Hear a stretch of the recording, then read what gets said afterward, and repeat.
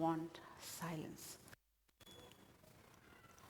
And she walked out of my consultation room. This was the last statement my patient Ria made to me. 2 weeks later, I saw her picture in the newspaper. She had taken her own life. She was gone. Suicide. That moment didn't just haunt me, but changed me. It became a part of my chronicle. A chapter that woke me up not just as a psychiatrist, but as a human being.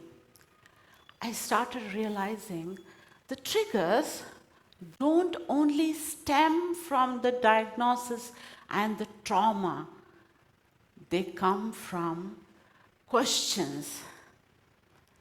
Questions that we ask every day, seemingly harmless, sometimes just like a small talk, sometimes just as an initiation of a conversation.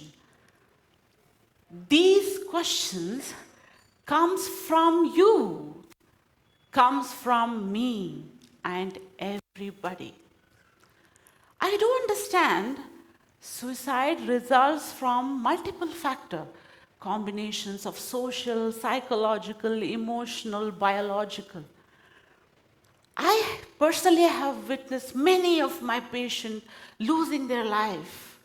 Out of around 52,000 odd cases that I've seen, around 0.25% have ended their life. But in Ria's case, it was a simple question that led to her loss. She was a bright, articulate, just 35. She was the mother of a toddler. She presented to me with multiple symptoms: fatigue, body pains, not sleeping. All her reports were normal, but her spirits was not. She had taken a pause from her career to raise her child, but the world kept asking her, "What do you do now? You're with your child at home." Every question, she heard it as, "I don't matter." Her worth was tied to her productivity and measured by her output, not her being. These are small questions, right? A harmless one, a social one, but a repeated ones. You know what it did to her? It pierced her like needles into her fragile balloon. When it blasted open, it exposed her in a vacuum and the aching pain of loneliness. She slowly descended from a self-doubt to a self-harm. We think it's big traumas that destroys people, but these simple, polite questions can leave a deep cut. And trust me, these can unleash an inner storm and chip away someone's dignity and open up the wounds. This is what I call it as the invisible war. I'm Dr. Safiya, Clinical Director, Psychiatrist at Mind and Brain Hospital. These wars are not fought with weapons or armies. They are just fought with questions, simple questions. In their simplicity, can carry an emotional weight, which we often do not recognize, do we? This emotional weight can cause a pain, and this pain is worn like a mask. a mask of achievement, smile, laughter, and an answer, I'm fine. There was a moment in my life when I realized I have fought the same war, but in a different battleground. Let me share a story of mine.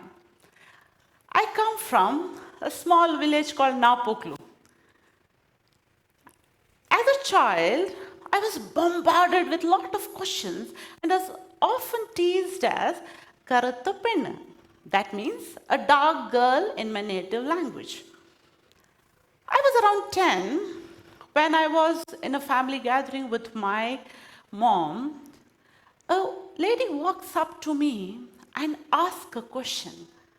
Why are you so dark? Why don't you just apply some turmeric on your face? Otherwise, you will not find a husband. I was too young to respond, but I heard the message that I was not enough. From then on, I just stopped going to all the gatherings.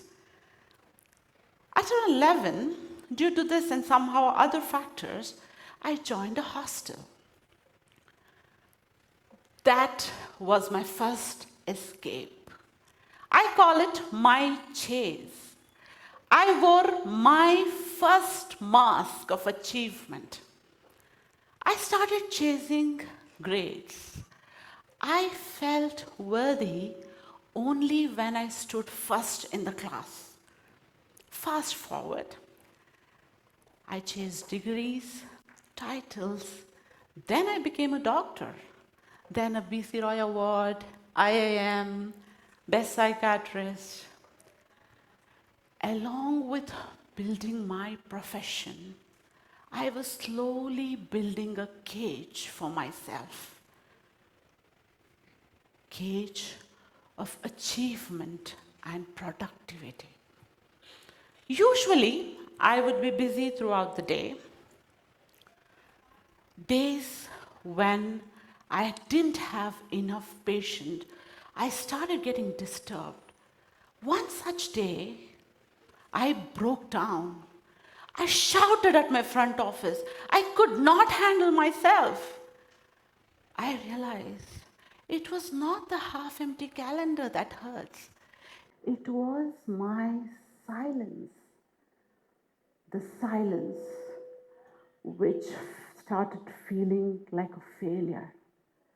The silence which I never made peace with because I was always chasing and achieving, right? This deafening silence started becoming unbearably audible, and it resonated with the voices in my head, which kept saying, are you even needed now? Are you valuable without a patient? Are you worthy? I realized this was not just a burnout. I was actually imprisoned. Yes, I was a prisoner to my own calendar. And do you know what my real crime was? The unseen scar of feeling like I am not worthy. Just like my patient, I tied my worth to my productivity, the biggest injustice that I could do to myself. All I longed was freedom. I surrendered to acceptance. Acceptance of my past, of my pain, of my patterns, and my present. I paused. I stopped chasing, proving, fixing things. I started being. The silence, I started sitting with it. In that stillness, I found a space to breathe, to feel, and to connect, first of all, to myself and then to others. My emotional regulation began with self-awareness.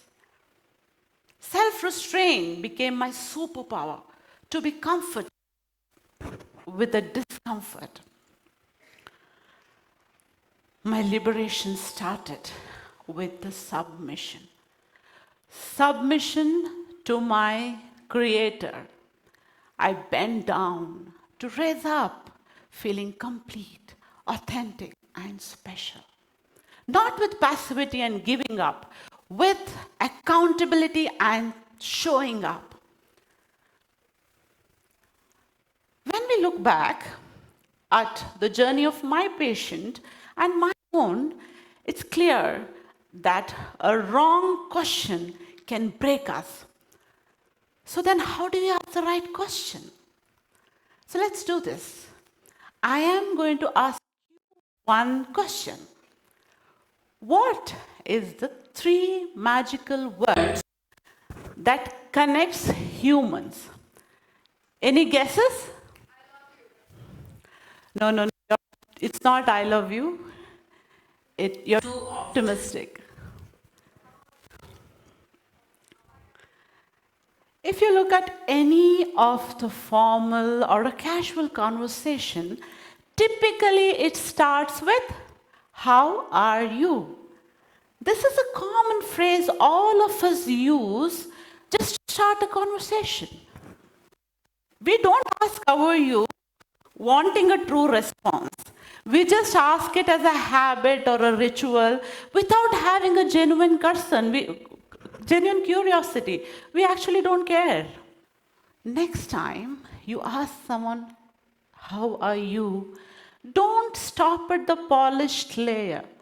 Stand there, gently peel and be present.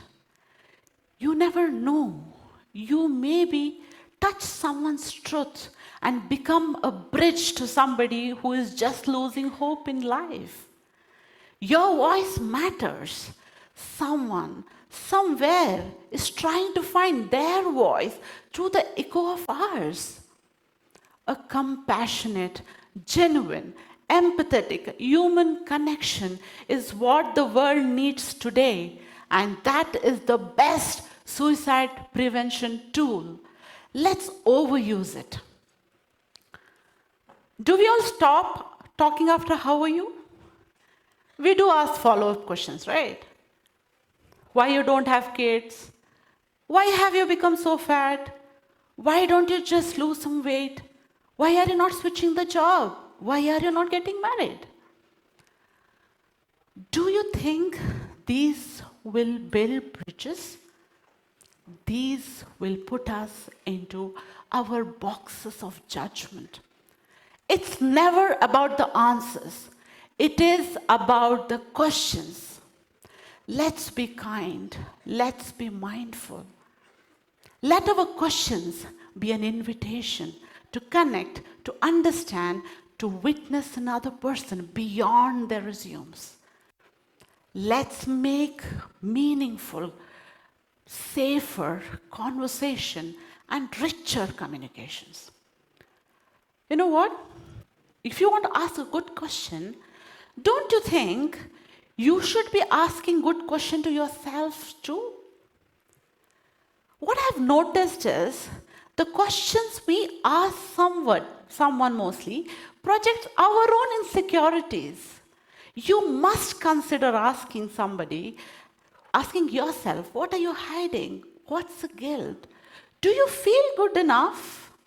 Do you feel broken? Do you sometimes get scared that people may not like me if they know my real self? In my opinion, all of us should meet our own selves first. We must take that inner journey to find a home within. When you are peaceful with yourself, naturally you will ask the right questions to others, right? When you're peaceful, you don't just survive, you thrive and arrive to ask better questions. Healing begins when we ask the right question, not only to others, but our own self. Words are powerful. They can hurt. They can heal. Choose wisely. Thank you.